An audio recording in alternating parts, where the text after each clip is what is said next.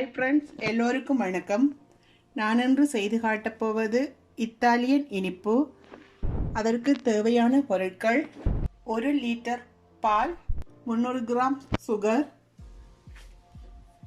மங்கோ புல், இது மாம்பழ களி, இது எல்லா கடைகளிலையும் வாங்கலாம். வனிலா சுகர், ஜெலட்டின், இதில் 16 பீஸ் இருக்குது. இதில் 8 பீஸை நான் முதல்ல பாவிக்க போகிறேன்.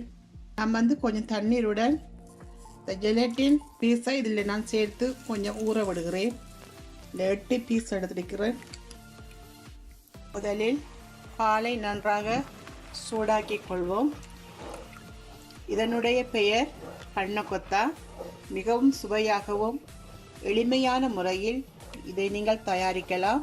இப்பொழுது நன்றாக கொதி வந்துள்ளது. இதனுடன் ஜெலட்டினை சேர்த்து நன்றாக கலக்கி கொள்ளுங்கள்.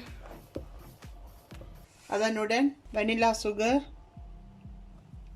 1/4 டீஸ்பூன், 200 கிராம் சுகர் எல்லாவற்றையும் சேர்த்து நன்றாக கலக்கி விடுங்கள். இப்பொழுது நன்றாக கொதி வந்துவிட்டது. இதை போலில் சேவடி கொள்வோம்.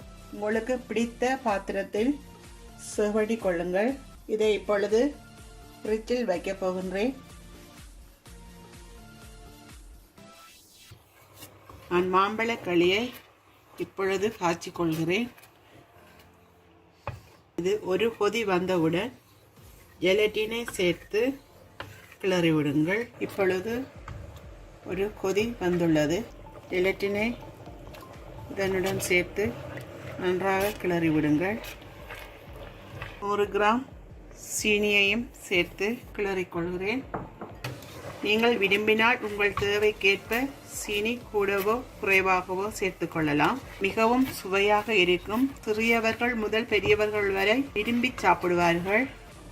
இது கன நேரம் கொதிக்க விட தேவையில்லை. ஒரு கொதி வந்தால் காணும். இதை நான் இப்பொழுது ஒரு பவுலில் சேவணி வைக்கப் போகின்றேன். நன்றாக ஆறிய பின்பு பன்னகொத்தாவுடன் சேர்த்து கொள்கிறேன்.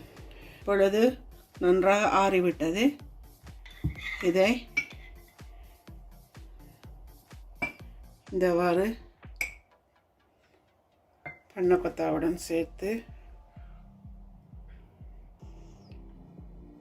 இந்தவாறு சேர்த்து கொள்ளுங்கள்.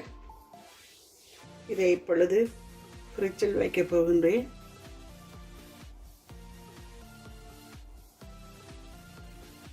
பன்னகொத்தா தயாராகி உள்ளது. நீங்கள் விருப்பமான கிளாஸில் இதை சேவணி கொள்ளலாம். பார்ப்பதற்கு அழகாகவும் மிகவும் சுவையாக இருக்கும். நான் பாலை காய்ச்சி 4 to 5 மணித்தியாலம் ஃப்ரிட்ஜில் வைத்துள்ளேன். அதற்கு பிறகு மாம்பழத்தை காய்ச்சி ஆற விட்டு 1 மணித்தியாலம் ஃப்ரிட்ஜில் வைத்து எடுத்துள்ளேன். இதோ மிகவும் சுவையான பன்னகொத்தா. எல்லோரும் விரும்பி சாப்பிடலாம். பிடித்திருந்தால் லைக் பண்ணுங்க, ஷேர் பண்ணுங்க, கமெண்ட்ஸ் பண்ணுங்க. நன்றி.